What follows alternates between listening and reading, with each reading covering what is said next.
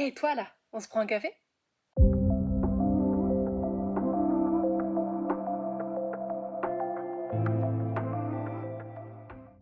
Installe-toi confortablement avec un petit café, un thé, une infusion, un matcha, un jus d'orange, une bière, un petit jus d'orange, un petit verre d'eau, une boisson chaude et réconfortante. Comme tu le vois, j'ai une passion pour Friends et elle me suit jusqu'au café.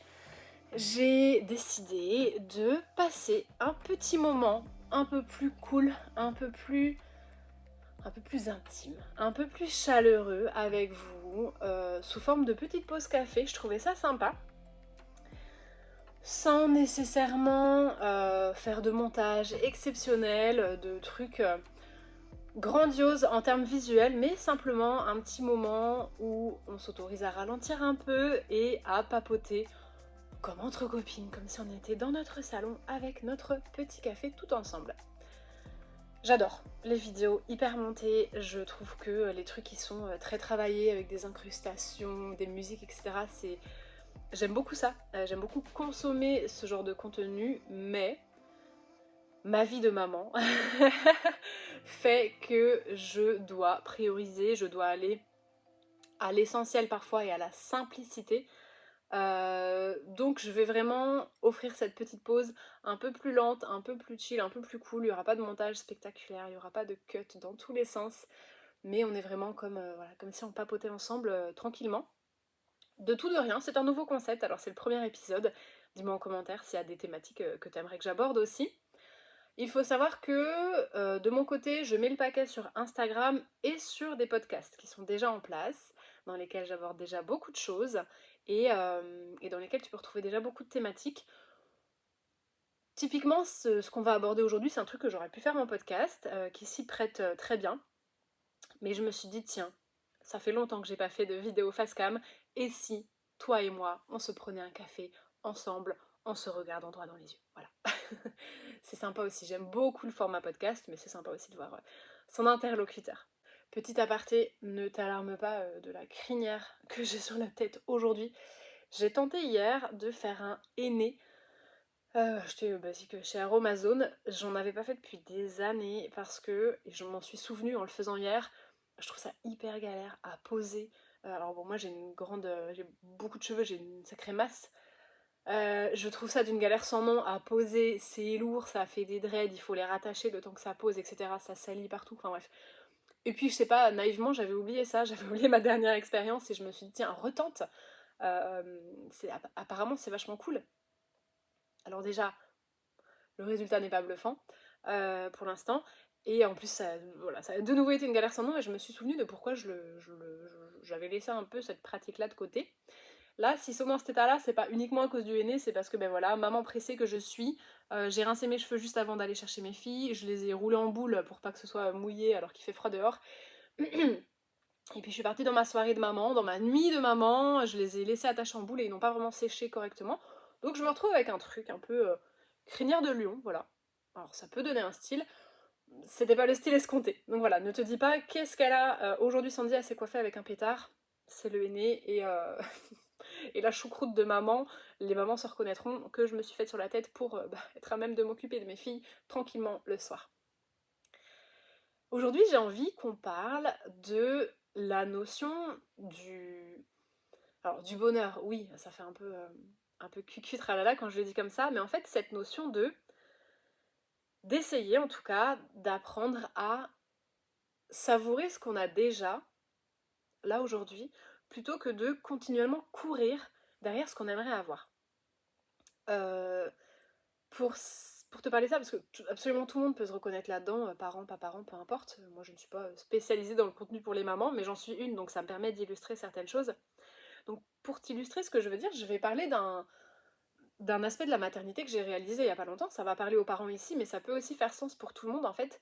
C'est cette idée de se dire, enfin, un nourrisson, alors ça dépend des enfants. Mon histoire à moi, je vais pas la détailler ici parce que je le fais dans d'autres contenus, elle a été très haute en couleur avec mes enfants, teintée de choses difficiles, de fatigue et d'épuisement surtout. Et je me suis très souvent vue me dire vivement qu'elle grandisse un peu, vivement que ce soit plus facile, vivement qu'on soit à l'âge où elles sont plus autonomes, vivement que je puisse faire ça et ça et ça avec elles comme activité, vivement qu'elles dorment, et vivement que ci, vivement que ça, vivement que ça. Et l'autre jour, je tenais une de mes filles, parce que j'ai des jumelles, je tenais une de mes filles dans mes bras, elle vient d'avoir 2 ans, et je me disais, purée, mais elle a déjà tellement grandi. Et c'est la...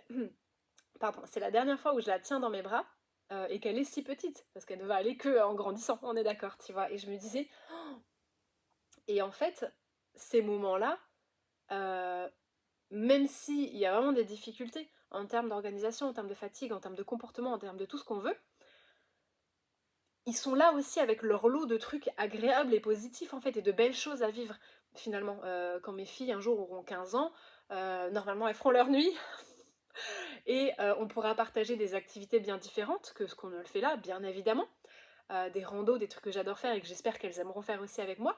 Mais je veux dire, quand elles auront 15 ans, elles ne seront plus toutes petites à tenir dans mes bras, elles seront plus sirikiki avec leurs petites mains, leurs petits visages, avec leurs petites voix aiguës, avec leurs petits pieds, à réclamer autant de câlins, à tenir blottis en boule contre moi dans le lit. Enfin, et même si c'est hyper dur de pas dormir son compte, d'être constamment sollicité, de blablabla, mais il y a aussi tout un lot de jolies choses en fait. Et si, et ça vaut pour tout le monde dans la vie, et si au lieu de courir après demain, après ci, après ça, après j'ai hâte quand ce sera comme ci, quand ce sera comme ça, quand j'aurai ça, voilà, quand j'aurai fait ci et tout, et si au lieu de courir constamment après un truc, déjà on savourait ce qu'on a déjà là. Alors c'est bien d'avoir des envies, des objectifs, de courir après quelque chose, de courir après quelque chose, de tendre vers quelque chose, d'avoir un objectif vers lequel on chemine, c'est hyper bien. Pour moi c'est moteur, ça fait partie de la vision que d'ailleurs je travaille en coaching avec mes clientes.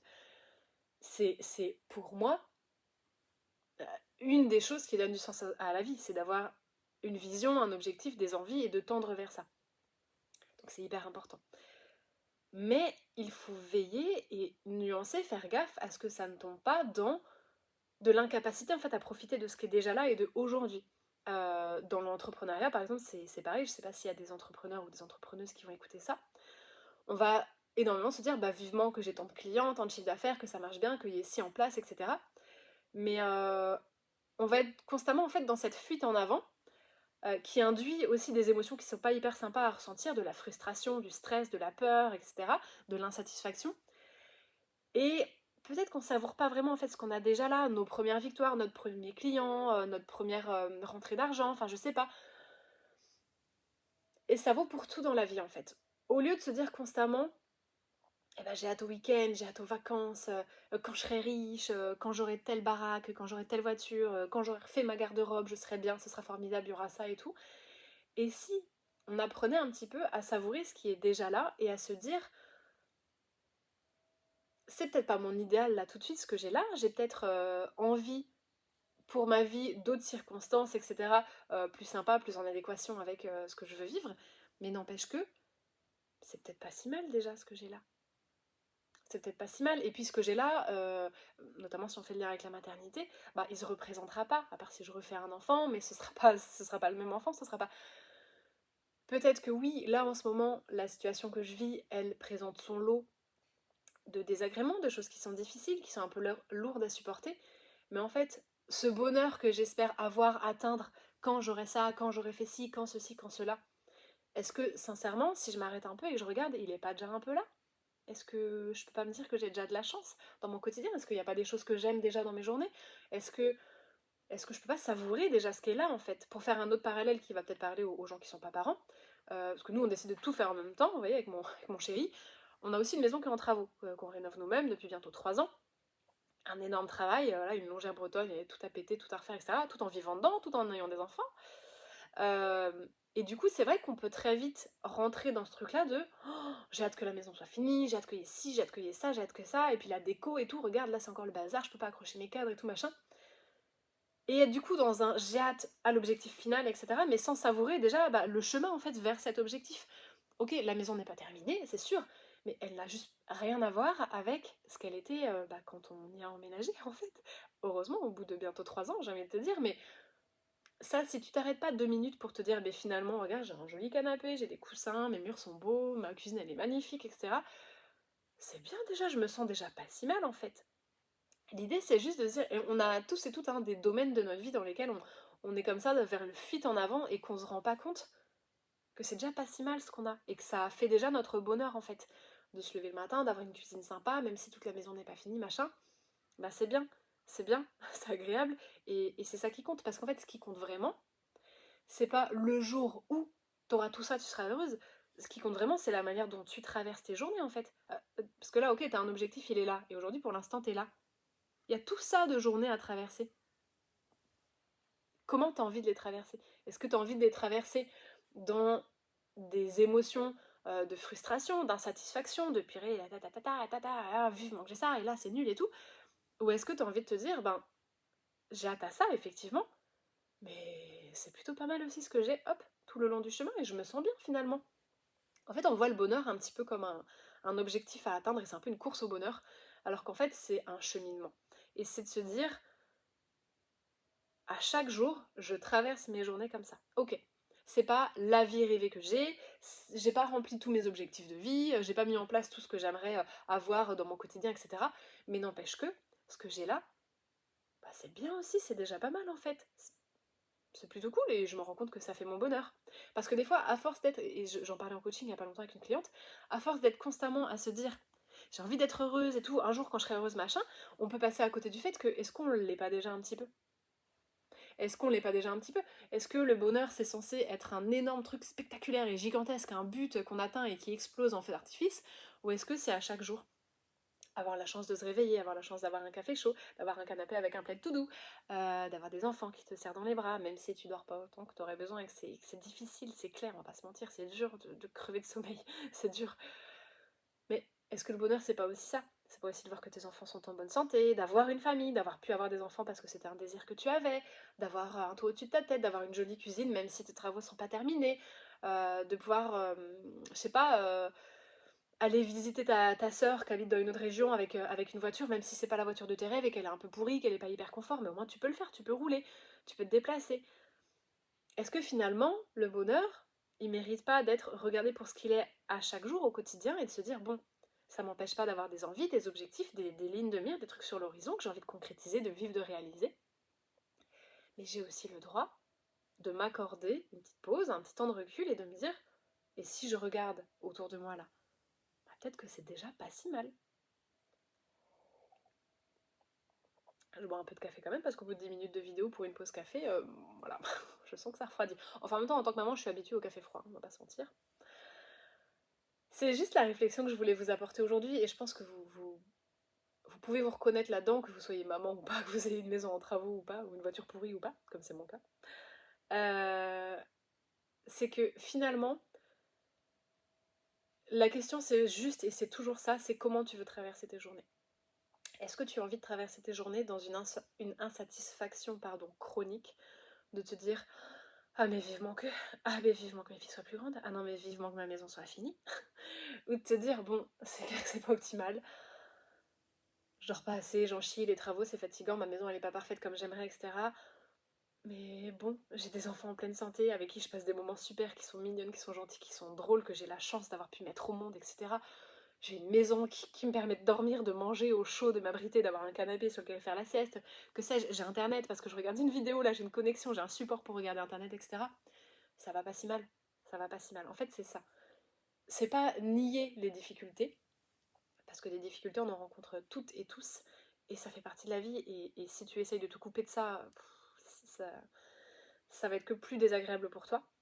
Donc c'est pas nier les difficultés, on en rencontre tous et toutes. Moi en ce moment j'en vis des très intenses, notamment liées à la fatigue, qui dure depuis plus de 2 ans.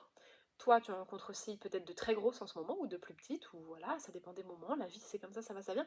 C'est pas nier les difficultés, c'est se dire, quoi qu'il arrive, les jours passent, le temps passe, les journées passent, et je vais dire le truc un peu crûment, mais il y a un jour où ça va s'arrêter. Et on m'a dit il y a pas longtemps, j'ai adoré ça, cette vie est une grâce et pas un dû. Mais en fait, c'est vrai, c'est cette vie est un cadeau. Est-ce que j'ai envie de la vivre, c'est-à-dire de traverser mes journées? Parce que vivre, en fait, la vie, c'est une succession de journées, hein. Donc, comment j'ai envie de traverser mes journées? Est-ce que j'ai envie de les vivre dans une insatisfaction, dans une frustration, dans ne jamais être satisfaite de ce que j'ai là maintenant et avoir tout le temps hâte à demain, hâte à autre chose, hâte à quand ce sera comme ci, comme ça, quand j'aurai ça ou quoi? Ou est-ce que je me dis, bah oui, j'ai ces objectifs, il y a ces trucs que j'adorerais avoir, concrétiser, obtenir et tout, je garde ça en tête, je garde ça bien en visu et je vais cheminer vers ça, mais en attendant, ça m'empêche pas d'apprécier ce qui est déjà là. Moi j'étais avant une éternelle insatisfaite, j'appelle ça, j'étais dans l'insatisfaction chronique, et j'étais jamais contente de ce que j'avais, et je pensais qu'un jour je serais vraiment heureuse quand ceci, quand cela. Et j'ai vraiment travaillé, et ça me demande encore parfois aujourd'hui du travail, surtout avec l'épuisement et tout, à me dire, ralentis 2 secondes en fait, et au lieu de courir comme ça, d'être dans une fuite en avant vers ah vivement que ceci, et si tu regardais un peu autour de toi là, calmement, objectivement, et tu disais que c'est pas si mal en fait, c'est pas mal quand même ce que t'as là. Voilà, c'est une petite réflexion que je voulais amener, j'espère que ça a pu t'aider, te faire du bien. J'espère que ton café, comme le mien, n'a pas refroidi et que tu as eu le temps de le boire en m'écoutant.